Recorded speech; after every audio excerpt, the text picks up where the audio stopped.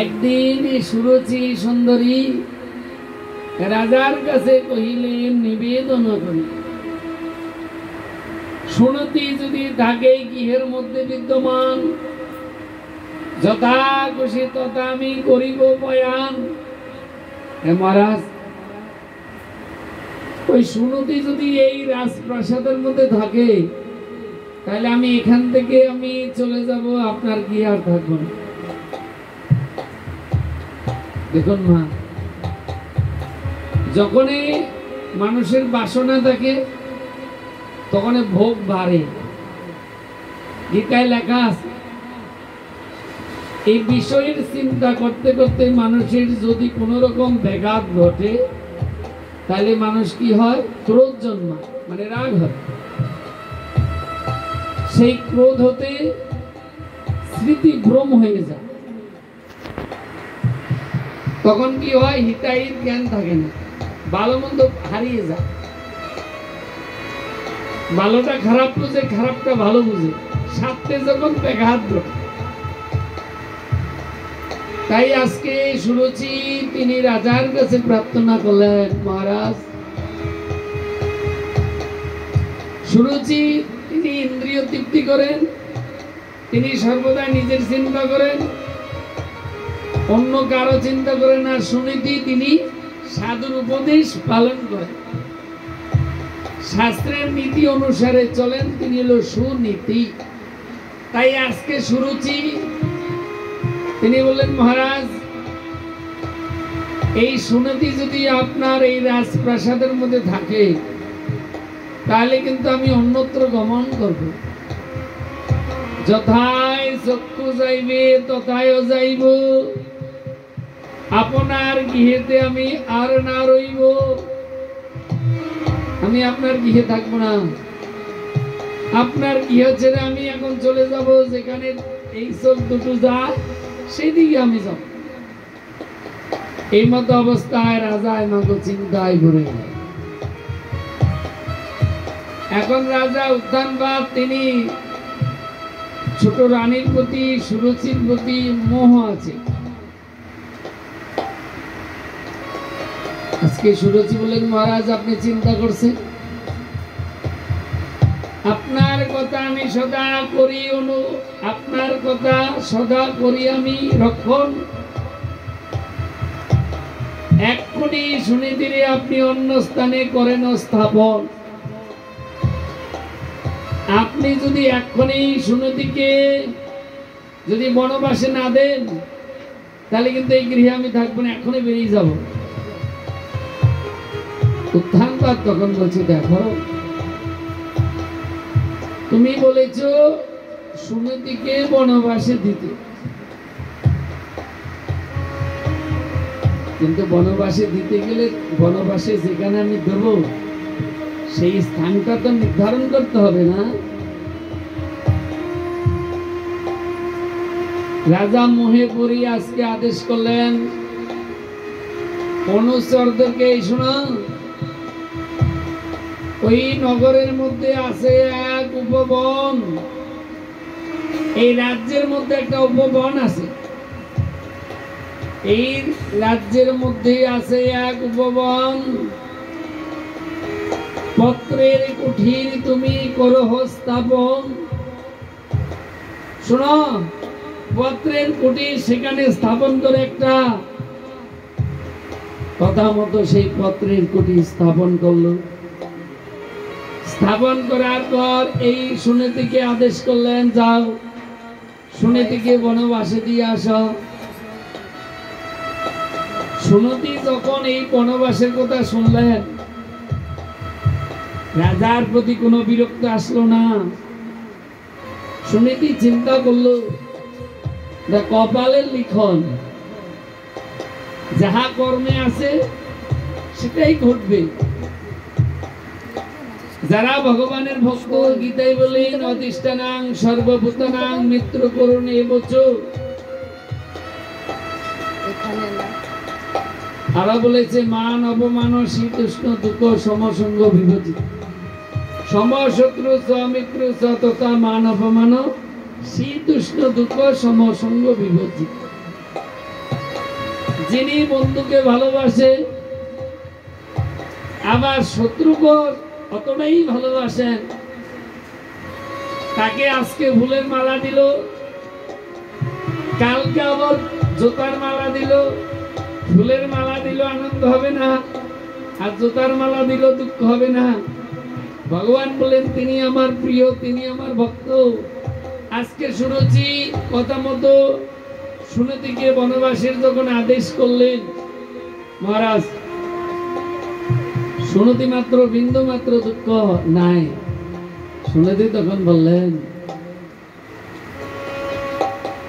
তোমার কাজ করিবে তুমি, তব পদে যেন মতি থাকে। এই কিবা করবে এখনই, আমি যেন সর্বদাই তোমার চরণ চিন্তা করতে পারি, আর তুমি যে আদেশ করেছো সেই আদেশ মতো আমি যেন বনের মধ্যে থাকতে পারি। সুনীতি চিন্তা করলো, এই বনের মধ্যে থাকলে সেখানে হলো নির্জন স্থান, নীরবেতে সাধন কর মন পরীক্ষার মন্দিরে। তাই আজকে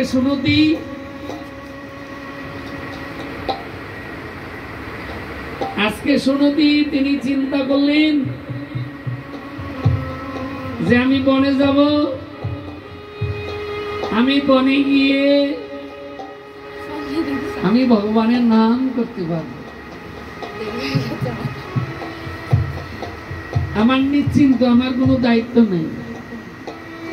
যখনই মানুষের দায়িত্ব থাকবে, যখন ব্রহ্মা শিব ঠাকুরকে বলেছিল তুমি সৃষ্টি করো, শিব ঠাকুর এমন সৃষ্টি করেছিলেন সেখানে কারো মুখ নাই, কারো দাঁত নাই, কারো নাক নাই। তা থেকে ব্রহ্মা বলল তুমি কি সৃষ্টি করেছ? শিব ঠাকুর তখন জোরহাত করি করিল নিবেদন, এইগুলো দেখতে আমার ভালো লাগে। এখন দেখুন, আমার এইগুলো তো দেখতে ভালো লাগে, আমার কাছে তো সৃষ্টি ভালো লাগে। ব্রহ্মা বলল তুমি সৃষ্টি বন্ধ করো। তাই আজকে শিব ঠাকুর চিন্তা করলেন, আমি যদি এই সৃষ্টি করতে করতে আমার জীবনটা যায়, তাহলে ভগবানের নাম তো হবে না। আজকে সুনীতির বিন্দু মাত্র দুঃখ নাই। সুনীতির কেন দুঃখ নাই? সুনীতি চিন্তা করলে আমি নিশ্চিন্তে এখন এই হরি ভজন করতে পারব। সুনীতি বনে গিয়ে তিনি আপন মনে আছে। রাজা হরিণ শিকার করতে গিয়ে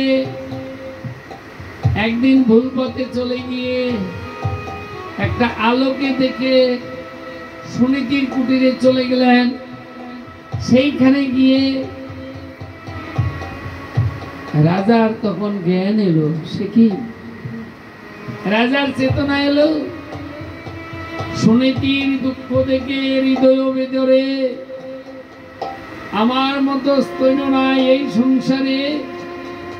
আজকে আমি বিনা দোষে সুনীতিকে আমি এই বনবাসে দিয়েছি। যতদিন চন্দ্র সূর্য থাকবে ততদিন আমার অকীর্তি সবাই ঘোষণা করবেন।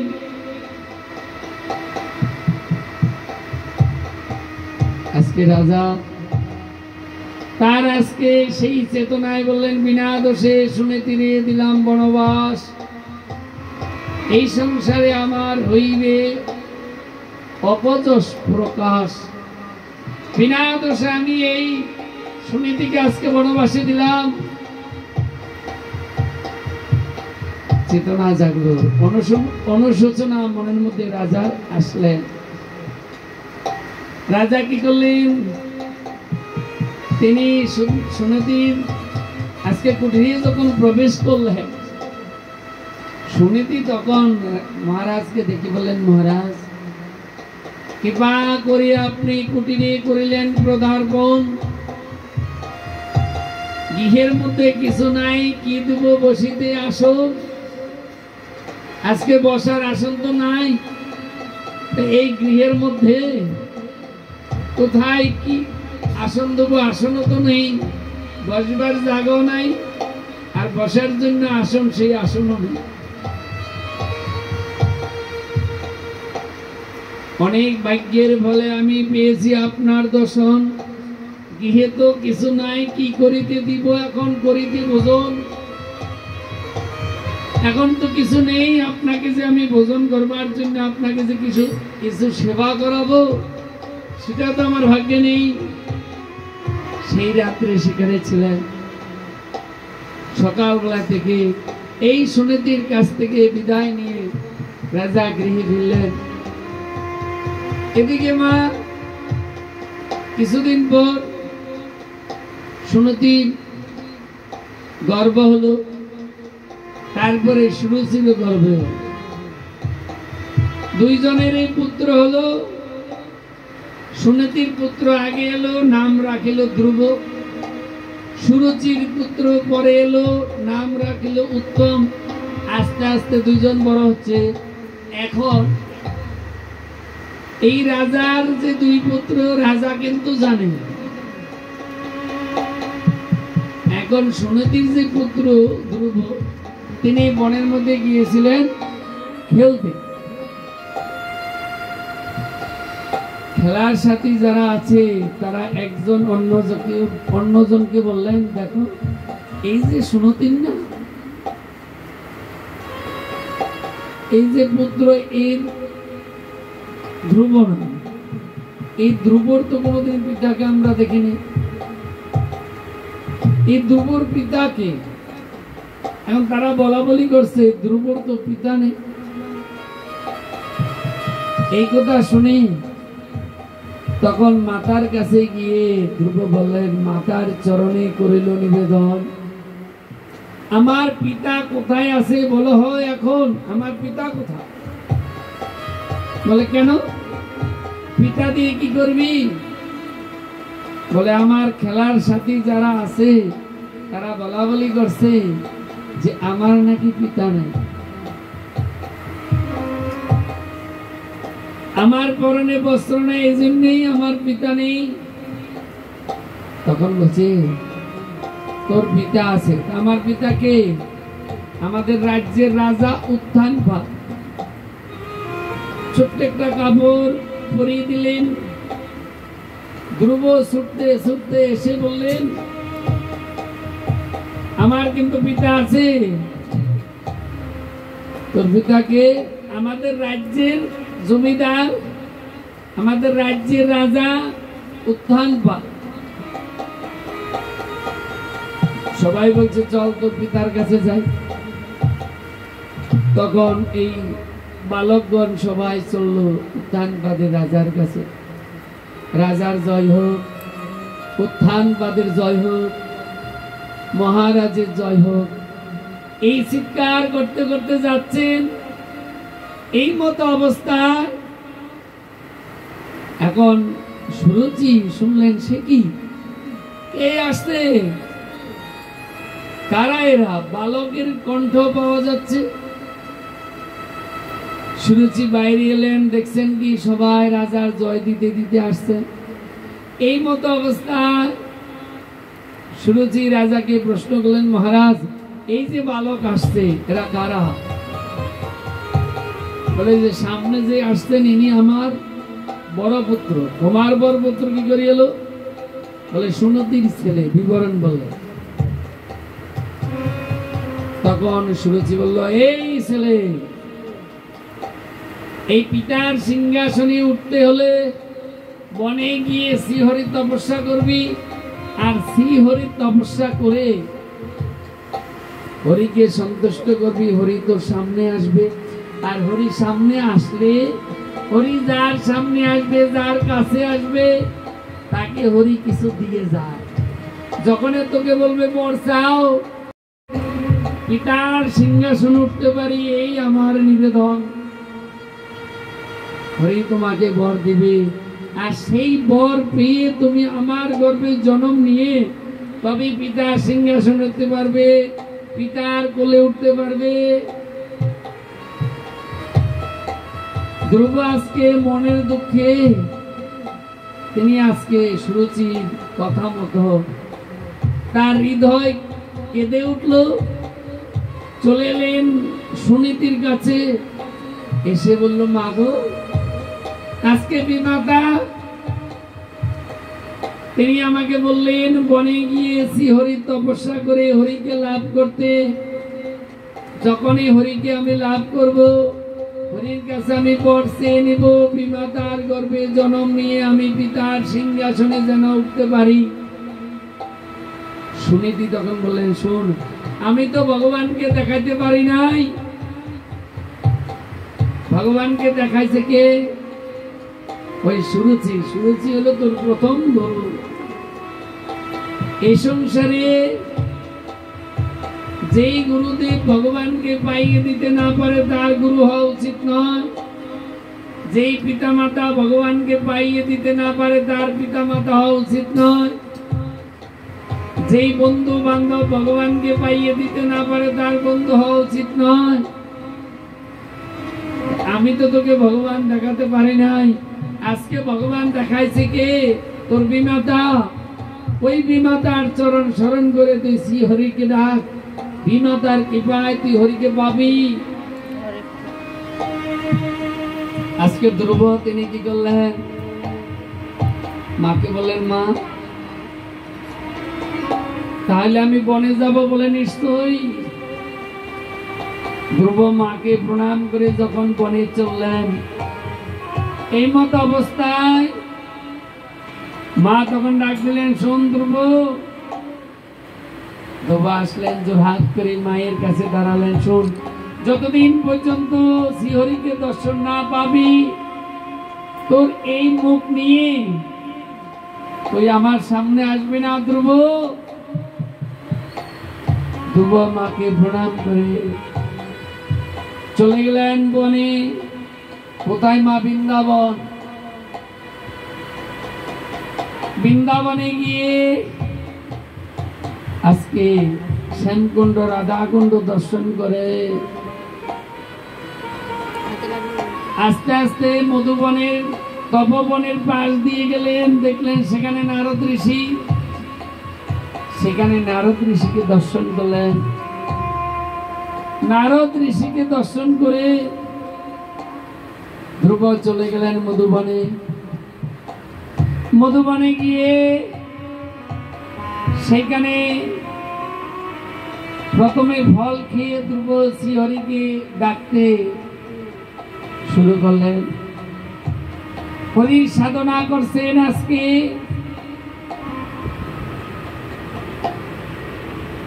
ভগবান আসছেন না। তারপরে জল খেয়ে ভগবান আসছেন না। তারপরে বায়ু গ্রহণ করে ভগবান আসছে না। ধ্রুব এক পা দাঁড়িয়ে তপস্যা করছেন। ধ্রুবের তপস্যা দেখে মা বসুমতী আজকে কাঁপছে। দেবতারা সবাই নারায়ণের কাছে চলে গেল। মা বসুমতী আজকে কাঁপছে কেন? কারণটা কি?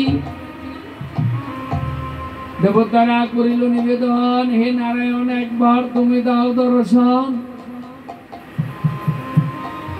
আজকে নারায়ণ ছুটে এলেন। বলো দেবগণ, তোমাদের জন্য কি করতে পারি? মনে হয় কোনো অসুর। দেবতারা বললেন, মনে হয় কোনো অসুর তপস্যা করছে। তখন বলছে, কোনো অসুর তপস্যা করে নয়, আমার এক ভক্ত তপস্যা করছেন। কেন? বলে আমাকে দর্শন করবার জন্য। তাকে দর্শন দাও। বলল, কি করে দর্শন দেব? তার তো এখনো দীক্ষা হয় নাই। তার যখন দীক্ষা হবে তখনই আমি দর্শন দিতে পারবো। আশ্রয় লইয়া বাজে তারে কৃষ্ণ নাহিতেছে, আর সব মরে অকারণ। আশ্রয় নিয়ে ভজন করতে হয়। তাই আজকে ধ্রুব তিনি কি করলেন? তিনি আজকে কায় মনে ডাকে ভগবানকে ডাকছে, প্রভু যার কান্না কাঁদিলে এখন নিমেষ সকল চাওয়া সকল পাওয়া আশা যাওয়া শেষ। যদি তোমাকে প্রাণ করে কেউ ডাকে তাহলে নাকি তুমি দর্শন দাও। আমায় হতে জানা যাবে তোমার মহিমাটা, তোমার কি কৃপা। এদিকে মা দেবতারা বললেন, নারায়ণকে, হে প্রভু তুমি ধ্রুবর একটা দীক্ষার ব্যবস্থা করো। তখন এই দেবতাদের অনুরোধে নারদ ঋষিকে পাঠালেন, হে নারদ তুমি ধ্রুবকে যাও দীক্ষা প্রদান করো। ধ্রুব আজকে বনের মধ্যে তপস্যা যে স্থানে করেছিলেন, এই স্থানে নারদ ঋষি এলেন। নারদ ঋষি এসে ধ্রুবকে বললেন, এই ছেলে তুমি এখন গিয়ে ফিরে যাও, গিয়ে তুমি আস্তে আস্তে বড় হবে, সংসার করবে, ভোগ করবে, তারপরে বুড়ো বয়সে ভগবানের নাম করবে। ধ্রুব তখন বললেন, এই জগতে যারা সাধু তারা ভগবানকে পাইয়ে দেয়, ভগবানকে পাওয়ার জন্য ভজন প্রণালী বলে দেয়, আর তুমি ভগবান থেকে দূরে সরিয়ে দিচ্ছ, তার মানে তুমি অরিজিনাল সাধু না। ধ্রুবর এই কথা শুনে আজকে দেবশ্রীপাদ তখন চিন্তা করলেন, এরকম শিষ্য পাওয়াও ভাগ্যের দরকার, এরকম শিষ্য পাওয়া ভাগ্যের দরকার। কেন? ধ্রুব যেইভাবে বনের মধ্যে এসে তপস্যা করছেন এই বয়সে, ইতিপূর্বে কাউকে বিশেষ একটা দেখা যায়নি। তাই জগতে গুরু অনেক আছে, কিন্তু শিষ্যের মধ্যে একজন পাওয়া বড় দুষ্কর। তাই দেবশ্রীপাদ তিনি কি করলেন, তিনি ধ্রুবকে বললেন, হে ধ্রুব তুমি যেইভাবে তপস্যা করছো এইভাবে কোনো জন্মে ভগবানকে লাভ করা যাবে না। যদি ভগবানকে লাভ করতে হয় তাইলে ভক্তের কৃপা চাই। কোনো ভক্তের চরণে যখন আশ্রয় নিবে তখন কিন্তু ভগবানকে লাভ করবে। তাই ধ্রুব কি করলেন,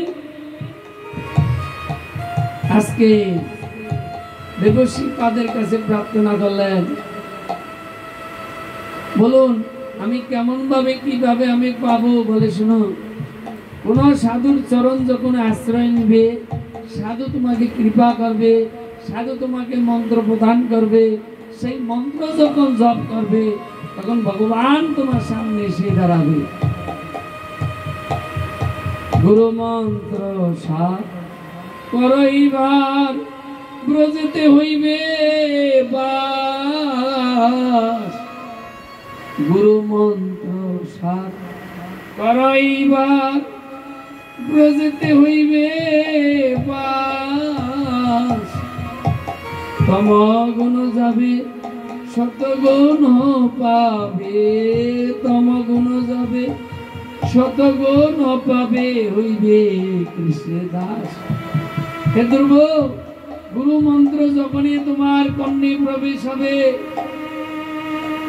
ভগবান তখন তোমার হৃদয়ে এসে তোমাকে দর্শন দেবে। তাহলে তুমি আমাকে কৃপা করে মন্ত্র দাও। সেই ধ্রুবের কথা শুনে তখন দেবশ্রীপাদ এই ধ্রুবকে মন্ত্র প্রদান করলেন। ধ্রুব সেই মন্ত্র পেয়ে আজকে আনন্দে আত্মহারা হয়ে গুরুদেবকে প্রণাম করলেন। দেবশ্রীপাদ চলে গেলেন।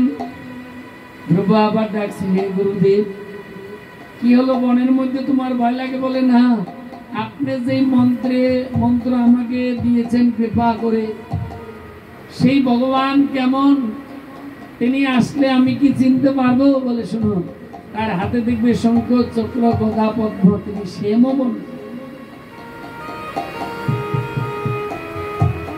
ধ্রুব এই গুরুদেবকে প্রণাম করে যখন মা তার ইষ্ট মন্ত্র জপ করলেন, ভগবান নারায়ণ এসে তখন দর্শন দিলেন। ধ্রুব বর্ষাও, তোমার ডাকে আর থাকতে পারছি না। তখন ভগবান আজকে ধ্রুবকে পেয়ে আনন্দে আত্মহারা, জগতে তোমাকে দিয়ে সাক্ষী। শ্রীমদ ভাগবত বলেন, কুমারো আসের ধর্মান ভাগ্য ভগবত বত্তা নিহ।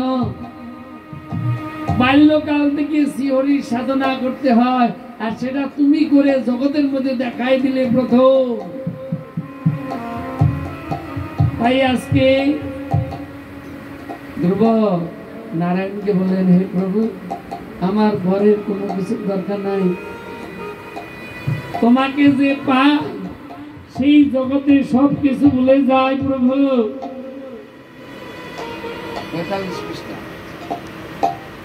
ধ্রুব তিনি আজকে আনন্দে আত্মারা হলেন। ভগবান হলো সচ্চিত আনন্দ, আর সেই ভগবানকে পেয়ে আজকে করজোরে ধ্রুব নিবেদন করলেন। ধ্রুব কয়ে করে নিবেদন,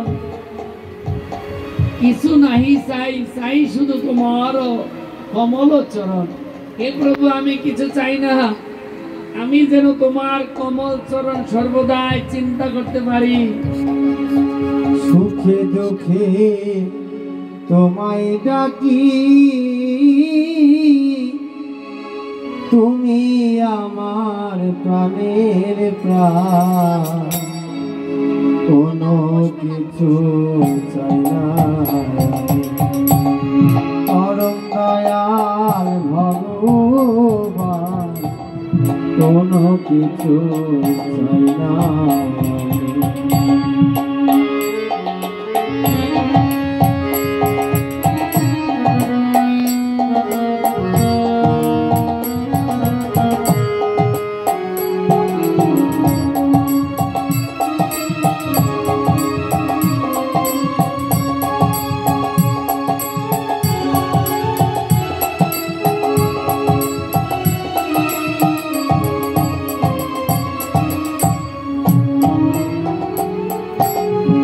আমার মনে এই বাসনা,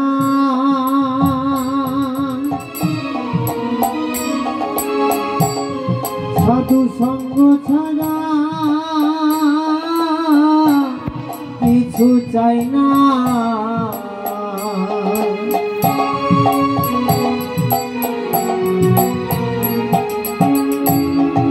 আমার মনে এই বাসনা,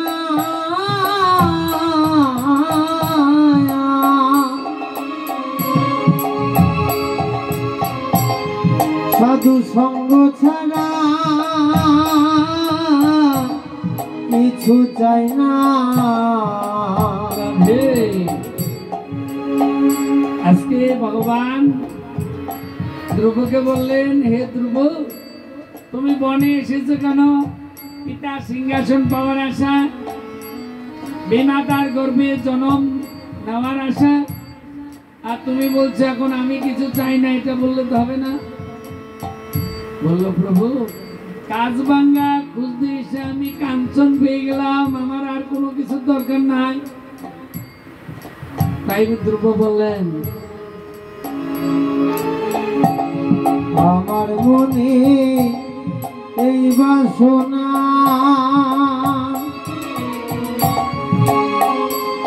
সাধু সঙ্গ ছাড়া কিছু চাই না। ভুলেও যেন তা ভুলি না, ভুলেও যেন, ভুলেও যেন তা ভুলি না, গাইব সাধুর জয় গান, কোনো কিছু চাই না। পরম দয়াল ভগবান, কোনো কিছু চাই না।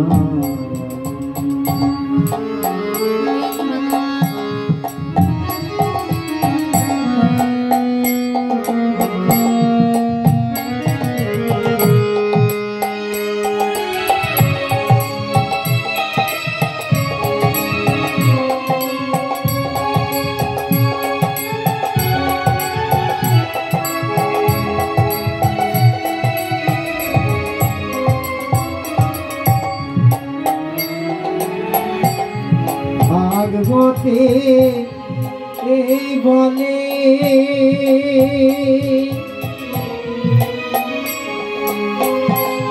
সাধু সঙ্গে ভক্তি মেলে,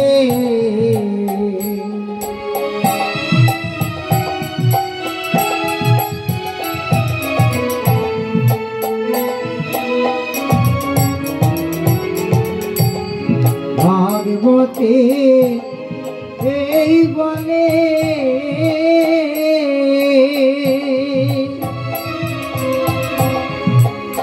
সাধু সঙ্গে ভক্তি মেলে থাকতে চাই সাধু চরণ তলে থাকতে চাই সাধু থাকতে চাই সাধু চরণ তলে এই করো অনুদান কোনো কিছু চাই না পরম দয়াল ভগবান কোনো কিছু চাই না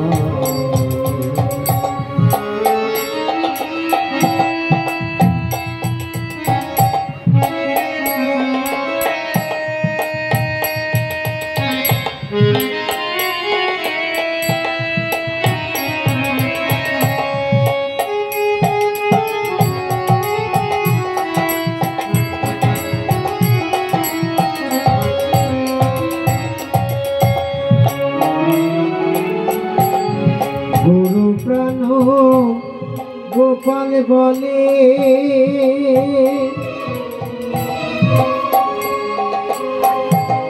ভাগ্যে হলো না কোনো কালে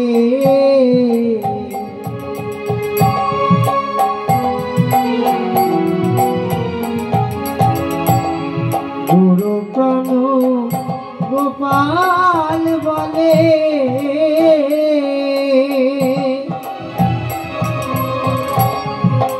ভাগ্যে হলো না কোনো কালে সাধুর পদে রইলাম ভুলে সাধুর পদে রইলাম ভুলে কোথায় গেল এ জীবন কোনো কিছু চাই না পরম দয়াল ভগবান কোনো কিছু চাই না সুখে দুঃখে তোমায় ডাকি তুমি আমার প্রাণের প্রাণ কোনো কিছু চাই না পরম দয়াল ভগবান কোনো কিছু চাই না আজকে ধ্রুব তিনি প্রার্থনা করছেন, হে প্রভু, আমি যেন সুখে দুঃখে আমি তোমাকে ডাকতে পারি আর শুধু তোমার ভক্তের চরণ তলে আমি থাকতে পারি। ভক্তপদ দুলিয়ার, ভক্তপদ জল, ভক্ত অবশেষ তিন সাধনের বল। ধ্রুব ভগবানকে পেয়ে কোনো ভাগ্যে কোনো জীবে যদি পায় তোমার দর্শন, সংসারের যাতনা তার হয় বিমোচন।